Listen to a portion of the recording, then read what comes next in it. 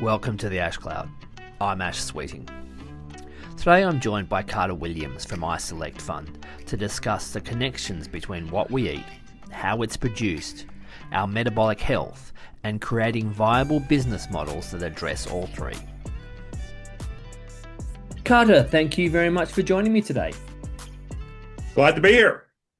So, you recently wrote a futuristic piece on how we could change the use of BLM lands and it would provide benefits to human health, environmental health, as well as improve the financial viability of the ranchers on those lands. So, on that note, can we just start off by exploring, the connections that human health has with environmental health, so we can understand how those win-wins can be, at least the basis for where those win-wins come from. Yeah, so I think there's a common connection in terms of soil health that we often talk about that we if the soil nutrition comes from soil, the microbiome picks up those nutrients, pulls it into the plants express it, especially in terms of micronutrients and some of the phytochemicals. So that's sort of the process. And if soil health is better, that whole mechanism works. And then when you eat those plants, or when the cattle eat those plants, both of them produce either healthier meat or the humans have healthier food. It tastes better, so they're more likely to want to eat it. And that just generates less metabolic pressure, because people then eat fresh vegetables and fresh food instead of processed food. So that's like the core component of it. Now, if you start building on that, how do you get healthy soils? Well, if you use less chemicals, while we can use NPK and we can use synthetic fertilizer and such to boost yield, over time that degrades the microbiome. It degrades some of the micronutrients, and so you've got a trade-off going on there. So that then leads to things like organic and regenerative, in which you say, "Hey, can I get some better soil health? So I've got better water retention. I don't need those chemicals as much. I've got a more comprehensive microbiome. It balances things out more. And whether there are natural toxins that emerge or toxins that come in from the chemicals we use or toxins that come in from the offfall from a coal plant landing there, those all get processed in a more effective way at that point once that soil health is boosted. There are other things we need to do, but it starts to lay the framework in which you both have uh, improved the nutritional quality of the food. You do that through regenerative. That reduces the amount of synthetic chemicals coming in. It reduces the need to use, once you have a healthier soil, you have less weeds, you attract less pests. You can bring that all back into balance to reduce the overall need for synthetic chemicals. And you make a product that comes off the land that people prefer. If you do regenerative correctly, we're seeing input costs go down. So the farmer's making more profit, the food tastes better, people are willing to pay more for it. You sort of have a natural ecosystem.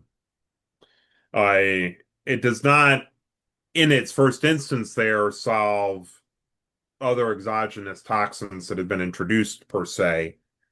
There are other things we should be doing on that front, but it starts to take that pressure down. To play devil's advocate for a minute, that there seems to be lots and lots of upsides and very few downsides. So why do you think this is not much more happening more broadly or much more widespread across our production systems, given all the wins and all the benefits of it and the lack of downsides? Yeah, so I think that as I think John Kemp says this often is it's a cognitive load. It's if you've been farming in a particular way, let's say for 20 years, which really right now we're sort of 20, 25 years into this kind of, especially as we talk about row crops. But anybody who's you're farming with 20 years of experience and all of a sudden you got to make a major change. It's sort of like saying to somebody, figure out what a web browser is. It there's a part like I used to write letters and type stuff up, and now I'm putting it in Google and writing it up in a word processor. There's just a cognitive shift that I think it takes time for people to adapt. I think that the people who are running businesses, I mean, it's a really obscure point, but one of the CPGs has a whole bunch of infrastructure for processing grain in a particular way, and there's a new variant of that grain that requires much less processing. Well, if you've built up these efficiencies to process the grain one way, and all of a sudden there's this new process, so you've got to come up with other things, and you got to pay off the milling process you have, that all of a sudden you really slow your thinking down. And then conversely, if you're a crop input company and you've selling a lot of fertilizer and you're going to make a change, you're losing business. Plus, you got to change all your systems. So even if people want to do exactly the right thing, it requires a investment, especially if you're talking about scale.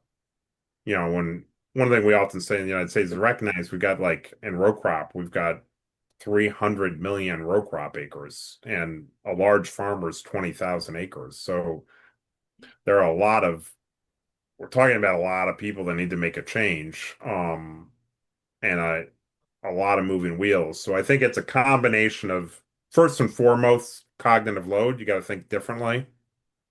You got to make in-season changes. You've got to do more soil testing.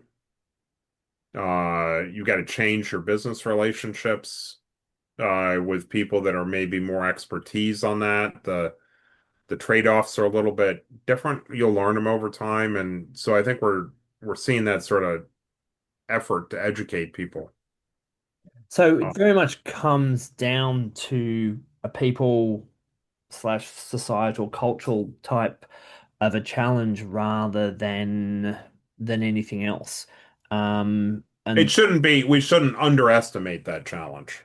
Um, I think there are, I don't want to change, and I'm Big Co and I don't want to change. So there maybe it doesn't take long to get into call it nefarious or economic optimization choices that work against it. But all of the above are the problem. mm, it reminds me, I spent 4 or 5 years living in Abu Dhabi working for the Abu Dhabi government's agriculture advisory service there. And there was a perception that okay, Abu Dhabi, one that's a it's a not short of funds, so money. If you could make a point, there was always going to be the money, and if there was any need for any sort of government legislation, it's a rather it's 100% monarchy, so the monarch Yep. had full power to do that. So you think, well, there's going to be some ability to make things move along a bit faster because some of those hurdles that we normally see as significant were not there.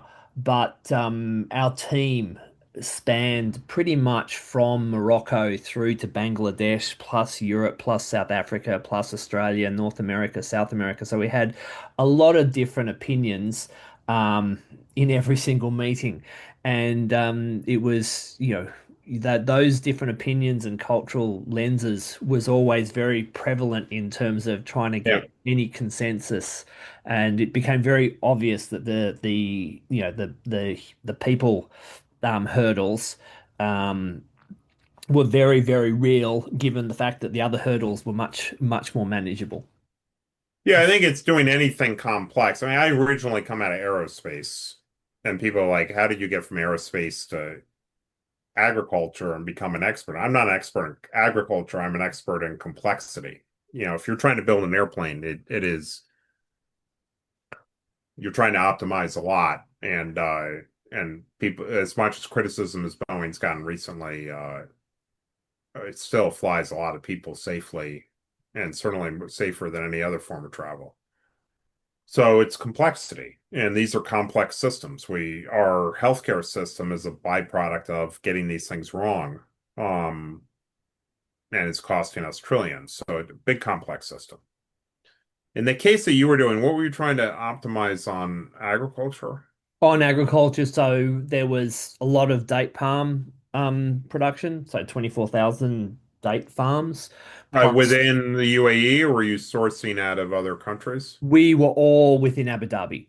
Okay. Plus, there was growing. I think when I first got there, there was a few dozen greenhouse hydroponics facilities, and by the time I left, there were hundreds of them, either in operation and being built.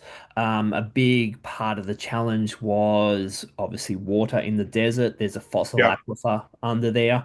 40 or 50 odd years ago, that was within 10 or 20 or 10 or 15 meters or very close to the surface. And now I think it's well over 100 meters deep. And obviously the salinity side of that and Yep. water use efficiency. And there was it was a very interesting period because the way the farms worked is they're all owned by Emiratis. And 99.9% of those Emiratis were absentee owners, and they were run by laborers that were imported. The vast Yep. majority were from Bangladesh and Bengali speakers. And we did a survey of farm workers early on when I got there, and we found out that less than a third of the farm laborers had spent a single day at school in their entire lives. So Huh. we had to deal. So it suddenly became, how do you communicate with these people in a way that they're going to understand both language wise and educational base wise, and what's a level of technology that would be appropriate. And it started off with a lot of the farm workers would just run the irrigation pumps 24/7 on these date palms. Yeah. Yeah. And so you start You to see teach that them. you see that sometimes when they get access to fertilizer, and some of the African places, they just pour fertilizer on the thing Yeah, without regard. So it is interesting. I mean, at times we've raised the question of sometimes it's better to introduce the next generation in a place that is a generation behind, yeah. because there's no sort of installed base of knowledge. People, especially in Africa, that I've brought this up, have also sort of raised uh, um, the challenge that there's in agriculture. They've stressed that, you know, bringing the next level of technology on when they haven't gotten through some other husbandry steps does create a disconnect. And so, for example, coming in with GMO seeds and saying, if you sort of say the next generation technology is GMO seeds with a um a trait protected herbicide, they're not even good at doing any kind of application of anything, and Oh, don't there's have so that many many, there's leftovers. so many things that need to be, so I guess there's so many things that we in the West take for granted as being in place. The fact that there's Right. transport Sure. infrastructure to move those things around in a timely fashion, the fact that there's trade or distribution networks that can sell what's needed at the right Right. time. Um, all those bits and bobs that we all take for granted But across. often we think that the right antidote that Clay Christensen taught us a long time ago is that when you see innovation disruptions, it normally occurs a new firm selling to customers whose needs are not met by existing firms. And Yep. so the people who picked up PCs were people that were frustrated by mainframes. And so a thing we've thought about is, and this is related a little bit to the BLM related article, is you have smaller ranchers, say, not teeny, but let's say you have a rancher that's got a herd of 600, um, who are on BLM land. They they may represent you. You might go to them with a solution rather than someone who's running a herd of 90,000 on CAFO. Um, and and when you talk to those kind of farmers, they're trying to figure out how to do grass fed and grass finished. Yep. Um, and so that creates new challenges. Grass finished to get taste right is may mean that they now need to go to a 4-year cycle on that herd because the first 3 years boost mass, but that fourth year, which nobody uses in CAFO because they're using corn finished, that fourth year may boost taste if the right kind of forage is around. Um, and so that's a new practice. And that's the cognitive load part is there's a shift in thinking there. It all comes back to that complexity side of things in Yeah, many, many ways. And the grass, you know, how you can grow animals off grass as fast and as well as you can grow them off grain, pretty much if you've got it right. right. But the management needed to do that is um, more complex and Yes. needs much more fine tuning than to do it in a feed yard. So it comes back to that complexity and having the managerial and skills, etc., to manage that complexity at the level it's needed. Yeah. So which is goes back to that complexity and whether it's airline systems or whether it's our food systems, that complexity is always there. And one thing that sort of differentiates regenerative from organic, I think, is that I believe, I'm not positive about this, but generally when I talk to large producers that are moving to regenerative, they're seeing costs come down. And they can't achieve the same thing on organic. And when you can start getting costs go down, then you're creating an additional motivation. Yep. It's one thing to say, I want to make a better product, it's going to cost more. That's one kind of set of innovation. The other kind of innovation that's much easier to adopt is I want to do something that's better and it's going to cost less to produce. Well, that it's a lot easier for people to say yes to adopting that. And those are important distinctions as you think about how to lay out this technology and it will require elements of technology to get there. Um, maybe less about chemicals, but maybe more about understanding the health of microbiome, um, or more about supply chain control or anyway.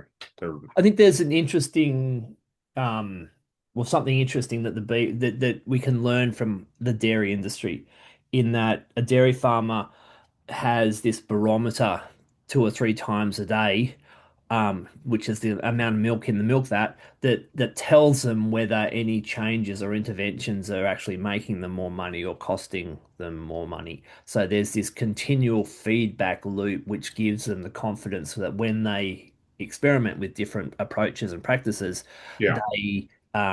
they know they can track progress because they see what happens to the milk vat. With beef cattle, that's obviously much more challenging because you're not getting that regular feedback in terms of productivity and weight. So you're trying something new, but only when you bring the animals in and weigh them or send them off to or sell them, do you actually say, okay, that so there's a greater risk because you don't have that feedback loop that gives you the confidence. Yeah, and I think that feedback loop, as we think about adoption of some of these shifts and then also practice. So a couple dimensions that we sort of see that we pay attention to, because we are, in general, we think we can make this change over a 20-year period, which is we took 50, 60 years to get into this hole. So 20 years getting out in the grand scheme of things to me is whatever. I mean, that's just the way technology flows. Um, so one thing is people got to stop thinking, oh, well, we're going to change this all next year. Um, the the other part is we do see little shifts, like in a multi-generational conventional farm. if somebody's 65 years old on that farm, so whoever the outgoing family member, so to speak, they remember as a kid that the soil health was a lot stronger. And so they've got to, if somebody comes in and talks to that person about how do you improve soil health, they have a perspective. If you go to talk to their offspring have always lived in this particular environment and don't have a frame of reference. And so now the entrepreneur going in and saying, "Hey, here's a way to do regenerative," is there's no other perspective to educate them. So, for example, when we talk about using crop enhancement with microbiology, you don't have to get over that is it possible hurdle with a 65-year-old, but you do have to do it with a 35-year-old, which goes against most conventional perspective. They think the 35-year-old's going to be more willing to adopt. The other the other shift is if you do, let's say, do regenerative and you have a more nutritionally dense corn and you sell it to the elevator, you're not going to get very far. You're Once not it's going to get mixed a in new the price. elevator, it's on in with everything else. So it's having those market channels that where you can get premiums for it. But then you go back to the dairy, as you mentioned, in the US, you have Fairlife putting a lot of pressure on the market, talking differently about how dairy should be treated and figuring out how to talk to consumers about premium elements of it. Well, if you're that corn guy, your marketing program maybe should change that you should go to the dairy, a regional dairy, and say, let's work together and see whether the fact that I've got more nutritional density and and characteristics in my corn I think it'll express differently in the milk. Let's do that. And so I think that to some degree, some of the regenerative folks in particular have to think about marketing now. At the end of the day, when everything's harvested, how much is going to go to the dairy and how much is going to go to the elevator. They still have to play that game a little bit, but they may very well be able to get some premium, and that's just going to require a little bit more ground level connections. And it depends. Do you have a dairy nearby? And same thing with even how you finish. I mean, one thing I've seen is some people that are doing regenerative brief still grain finish, but they've changed the ration around and they've changed the quality of what they're inputting there. And so they might still have a lot less corn in that case, but it's still technically grain finished. Yeah, I Um, think there's a lot of gray in the middle between, there's that grain or supplementary feed, whether it's a grain or a hay or anything, it's a very, very powerful management tool that can help you get to the quality level you need. And if that means you have to take the animals off pasture a little bit earlier, which preserves that pasture, you're getting a lot of the benefit of across all those systems, because those animals are obviously feeding the soil through their manure, and that's also feeding the soil right. microbiome. So there's all those feedback loops, and grass finished. If they get a little, there's lots of tools there that we can also use in those space if they're used very strategically and for the right reason. And we've also got better feedback mechanisms. So one of our portcos is audacious and it will capture that data. And I think we're seeing some of the more sophisticated producers do those tests and doing correlation analysis, which is, you know, we fed in this way, we got omega-6, omega-3s more in balance.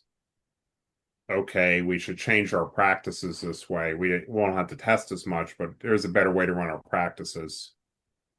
We'll use less fungicide for this reason because it balances omega-3s. And just those nuances are something that producers are starting to have to pay attention to, cognitive load. On that note, and this is probably more going towards human health, the nutrient density discussion or conversation, it's something that was hardly even brought up 5, 10 years ago, and it's Yeah. becoming more and more prevalent. Um, how much more, how much do we know about what's going on? Because, traditionally food labels have had, half a dozen or a dozen or so things on nutrients on the labels, the macros and sugar and fat and salt. But the more we dig into it, we're realizing that there's thousands and thousands of biologically active chemicals in Yes. um, our food and our environment that are all impacting our health and our metabolism.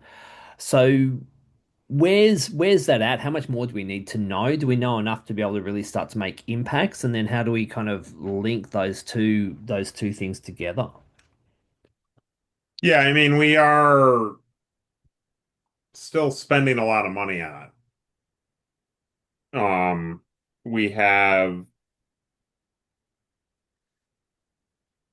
We have practitioners who are running diabetes programs, produce prescription programs that say when they source local, fresh, regenerative food, the patients are more compliant and their appetite for processed food goes down. All observational. No, nobody's done a randomized control trial on that. All observational. Difficult to even validate that the in these environments, but we've heard that again and again and again. So that's it, where there's smoke, there's fire. We have companies like Brightseed that are very much going down and they have built a in silico model of humans. They understand how those are metabolized.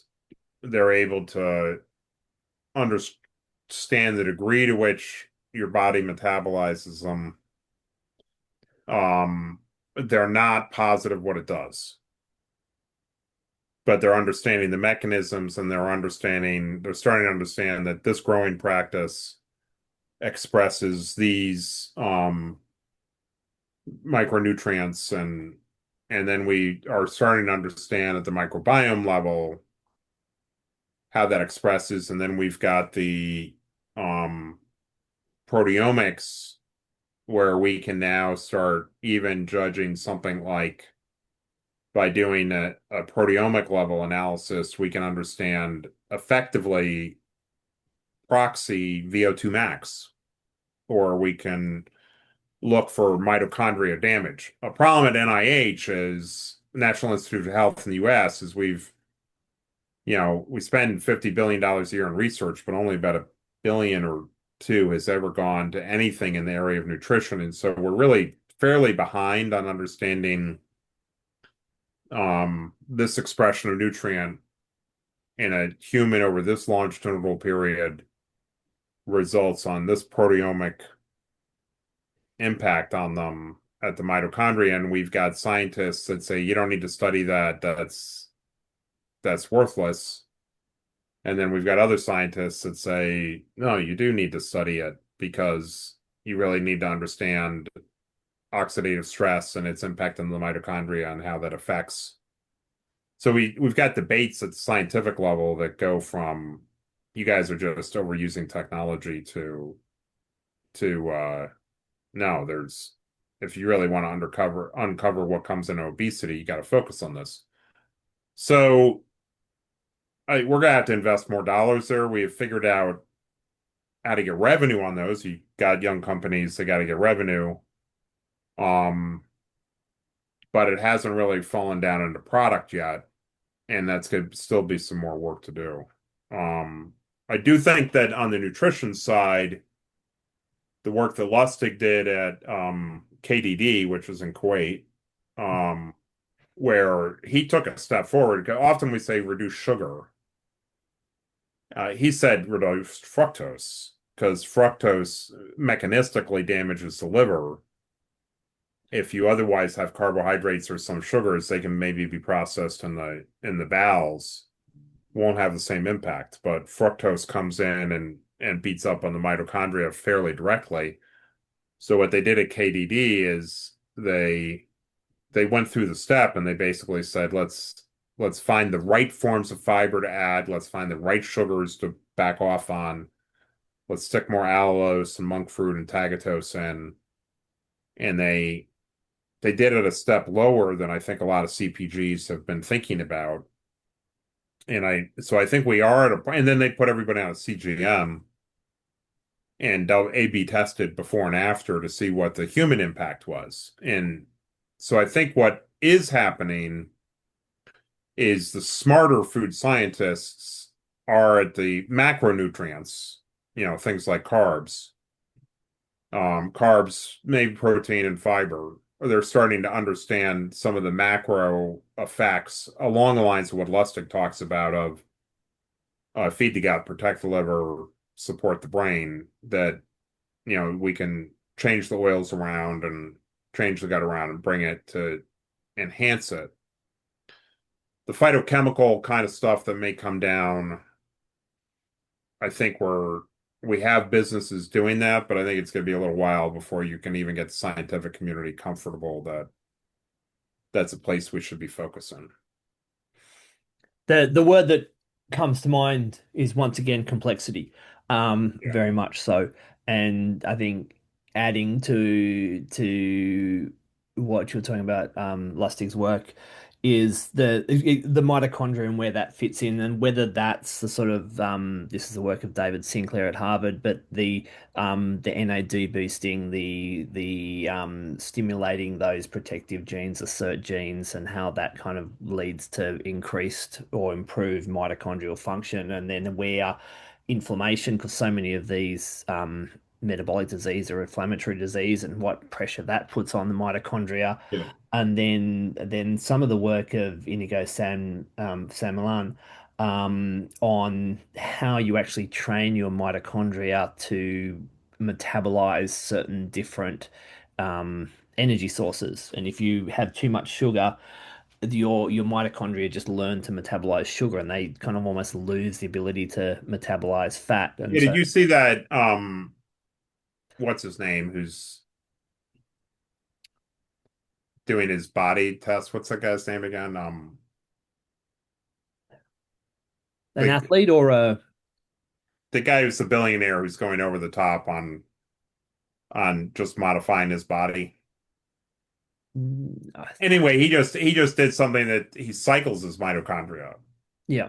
He's found that like if you cycle intensity for 2 weeks and relaxation for 2 weeks, it retrains the mitochondria, which is pretty cool. But going back to David Sinclair as an example, here's an odd one. And I was shocked to do this. It's just an understanding. Like David Sinclair posted on Twitter, uh I guess he went on a CGM and he posted the plot. And he said, "Oh, my plot was all wacky during the night because I ate a snack at night." And he had a plot that showed that he surged and dove over like a 8 hour period. It's like, no, you have an unhealthy that's not I ate something before I went to bed and had a glucose spike. You actually have an unhealthy condition unless you've run on some drugs. You actually have an unhealthy response. You should not have seen a perturbation over 6 hours from a late night snack. You may have seen like a delayed glycemic going back to normal, but he was having a wave effect. And so here is a leading expert who didn't even know how to read his own, I don't think. I mean, here's a leading expert that should have recognized that his CGM plot was going through this perturbation and commented, "Oh, the reason it's doing that is because I'm on, I'm on 1,000 milligrams of. I don't even think it would do it, but I'm on 1,000 milligrams of this, and that's causing a perturbation." But I was surprised when I saw that posted that he didn't even make any comments like that. So we have people in the field who are experts that um are expert in a portion of it. I Um, think very much so, because it comes back to that complexity and the complexity of it our is a metabolism complex. and how it reacts to. There's a great study that I remember reading about insulin spikes, and they use people eating ice cream and people eating sushi. and roughly 50% of the people got this huge insulin spike from the ice cream, and the other 50% of the people in the study, the sushi caused the insulin spike. Huh. Um, Was that a allergy response, or did they they? put it down to the microbiome and how the microbiome Huh. reacted with the food and drove the insulin response. Um, but it just, it kind of highlights the complexity of it and the fact that it's not always going to turn out in the way that we would most naturally think it would, because the ice Yeah, cream's and not. I think our job, and we see this a little bit, we have startups that range the distance. So we're both coming up with natural sugars that can be used now, and then we're, on the far end of bright seed. So we, as an investor, we're touching these in different spots. Right now, I think we're reasonably enough information and evidence that says, you know, rotate the fructose out, rotate healthy sugars in, add some fiber to buffer the spike. Test your products to look at general glycemic response across a broad array of people. That's a fairly inexpensive test to run at a food science level, and just if you're a CPG, just back the glycemic pressure down. That I think that is a reasonable step right now. And I think to some degree RFK should give the CPGs a little bit of wiggle room there to do that. Um, I just think that that's a good do that right now. So, and then I guess back to the ag side, the food production side of things.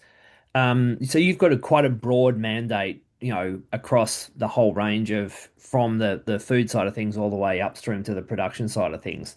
So I guess how do you tie that all together? I have no idea. We are tied together around metabolic and nutritional density. So, for example, we're not so yield focused. Um, and so we've thought more and more about how to provide tools to the producers so that they can build value-added product. So we're sort of a decommoditize nutrient dense type of viewpoint, and we're like, where are the missing parts to get there? I would also say if you sort of say we're trying to change 5% to 10% of conventional, not 100%. Our general attitude is if we can decommoditize 5% of commodity crop, that'll bring price stability, that'll give price premium to those producers, but it will also give some price stability to the conventional people at the same time. So we're not talking about, 100%. Um, and so we invest in that area where we can help move nutrient density further forward, value added further forward without giving up huge amounts of yield.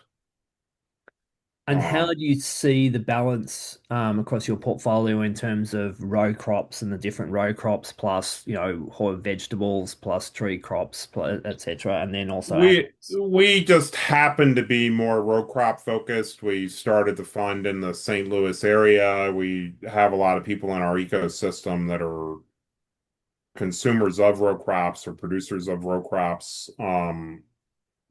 We just know a lot of the technical folks out of sort of the Monsantos of the world.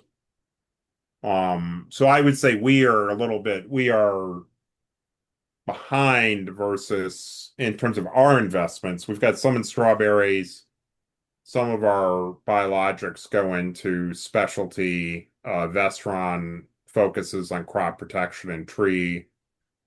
So we have entries into those other areas. But I would say our network is,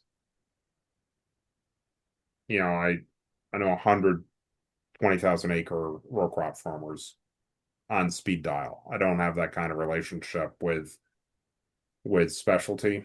Yeah. But we know WGA and Western growers and things, but we don't have this much of a granular understanding of that. But we've co-invested with people like Mixing Bowl and people that are closer to that side, but I would say that we're just genetically a little bit more understanding of row crop.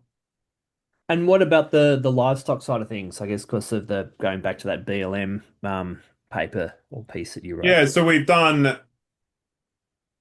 not done a lot on livestock. We've never been an alt meat. We've been an alt meat from a standpoint of build protein and soy, but we've never been synthetic meat. We always took a viewpoint 10 years ago that livestock ultimately was could be net carbon positive, which was controversial at the time. But we're sort of Alan Savory types in that regard. So we've focused more on inputs and testing around those lands, a little bit less on livestock operations. Looking at Halter's valuation, I wish we had done more in that area. Um, so I think we've lightly dabbled on the livestock side there. That certainly has taken off as an investment theme more recently because of the prices. But in the long perspective, we got into that BLM discussion because friends of ours, it just became obvious that there were some other ways to help them monetize. Like since we do a lot of stuff around soil, you've got the opportunity, Microsoft and Google are going to pay for carbon no matter what. You don't have to worry about who's in the White House. There are other ways to sort of bring those dollars into those operations. And then we've done a lot of work with TNC around grasslands and our work at Earth Optics is doing a lot more on grasslands. And so we've sort of backed our way into doing even more on livestock. And in terms of this grasslands area, which is really why we wrote that article, was hey, there's an opportunity right now. The planets are aligned for BLM to modernize its approach between Brooke Rollins and Interior. There's an attitude of like, how do we help these farmers? And there might be an opportunity to really sort of take us out of the 60s, which BLM is still sort of operating as if it's in the 60s, and really take what Alan Savory said was good and really what the Nature Conservancy has said is good, which is that you can do integrated livestock in a way that is net carbon positive. And that goes back to what you were saying about what not having to unlearn all that stuff that you'd learn over the last 20 or 30 years, because Yes. you're still back in that area where it was beforehand. Yeah, and even like there's even other opportunities of taking culled herds out of dairy and then integrating them in and actually still keeping some of the economic life of those dairy cows, put them back on the land to make money on them, improving the land quality.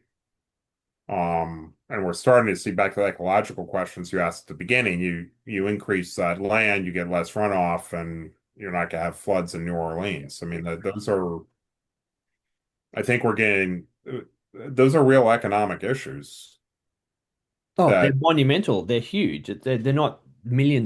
They're billion, hundreds of tens of billions of dollar issues. yeah, So there was that, I'm trying to find it, but somebody did a study that said there was about 200 or $300 million of regenerative activity that could have happened upstream in Germany that would have prevented $10 billion of insurance loss in the floods like 2 years ago. yeah.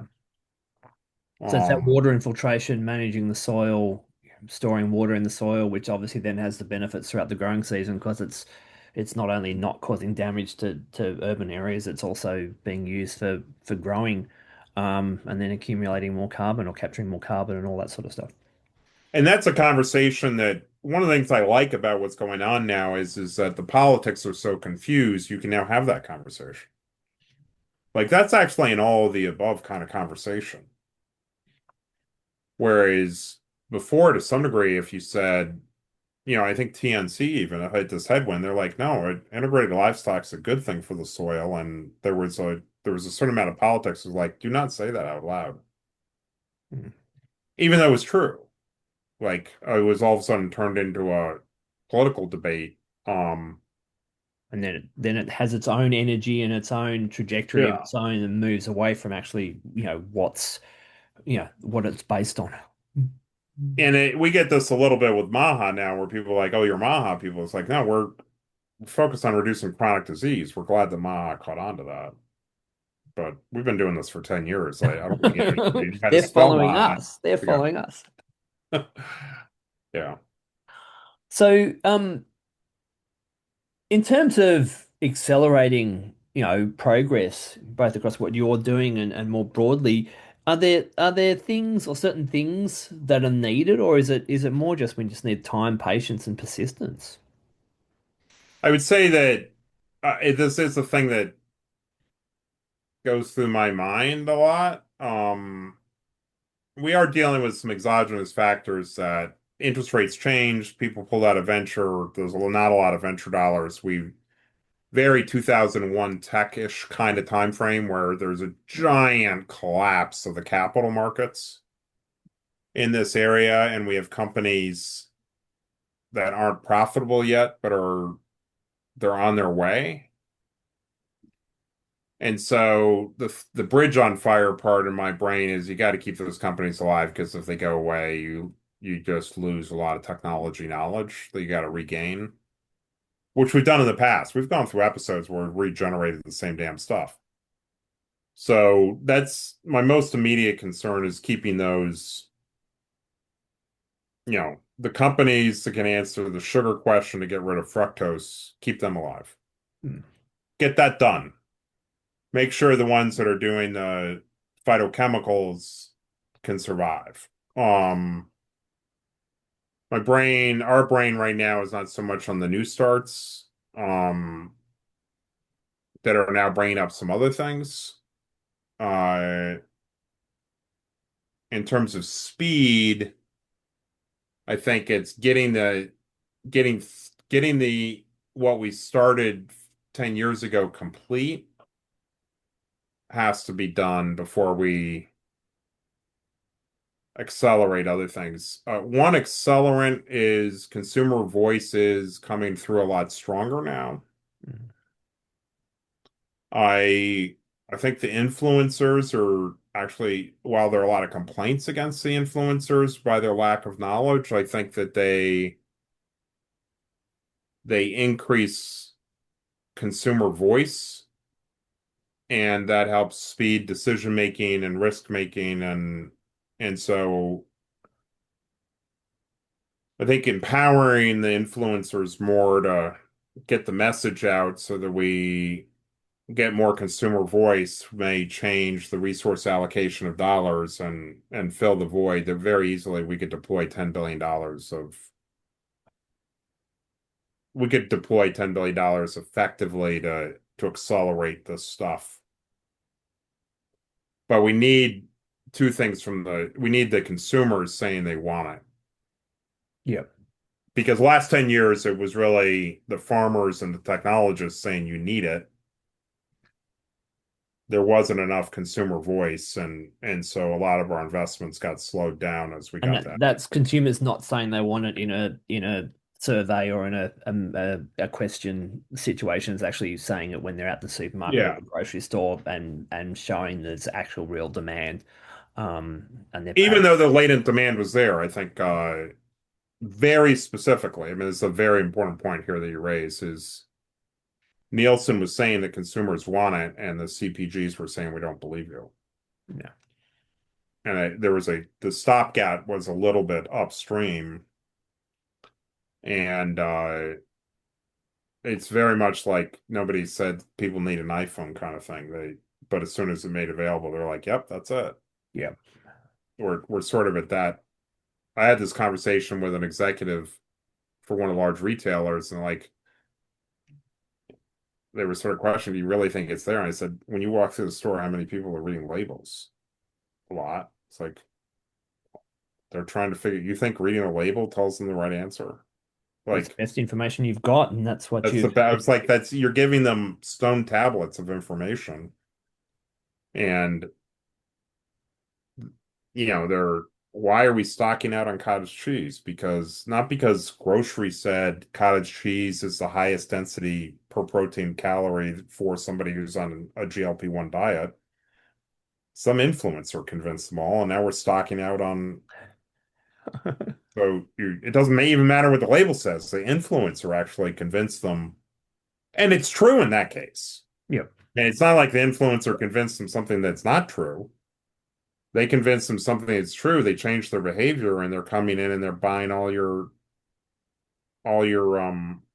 cottage cheese, which I never would eat cottage cheese, but they're doing But it. then you get those feedback loops, so it kind of snowballs. Yeah, and so I think the CPGs and grocery are just on the wrong frequency. Um, and if we can get that elevated, then their investors are like, I don't really understand this market, but I can see that consumer demand, and so I'll go risk on. And we thought that would come in earlier, and it just didn't, but now it's coming in. GLP-1 sort of helped unlock that. We're almost out of time, but Yes, I've got a call in 5 minutes, so we before will, we by go, definition, be done. is there anything else you'd like to add that we haven't already discussed? I am in listening mode. We've been investing for 10 years. I really have the privilege now of hearing a lot of feedback from people, and it really helps me do my job better, and I think helps other people. Um, we are committed to getting rid of chronic disease by fixing the food system. We think it's going to take 20 years, and we're on that on that. And I just love talking to more people about it to help shape our viewpoint through this. It's a team effort. Carter, thank you very much for joining me today. Thank you for the time. Good questions. Thank you for listening to the Ash Cloud. Please subscribe to Ash Cloud if you have enjoyed this podcast, where I will continue to discuss food sustainability with guests who bring a deep understanding of the environmental, political, and cultural challenges facing our society and creative ideas on how to address them.